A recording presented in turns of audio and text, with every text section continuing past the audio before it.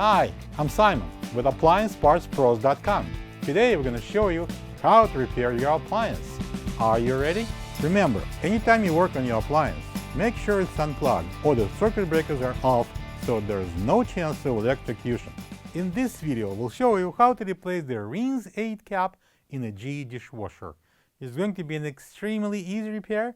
Should only take a couple of minutes to show you how to do it. When you open up the package, you're going to get a new Rinse Aid Cap.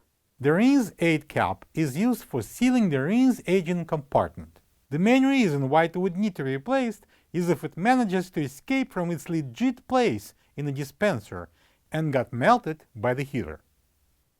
Open the door.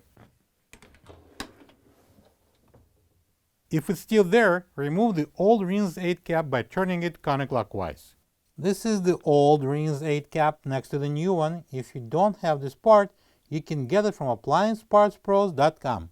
Install the new Rinse Aid Cap and turn it clockwise to lock and then close the door.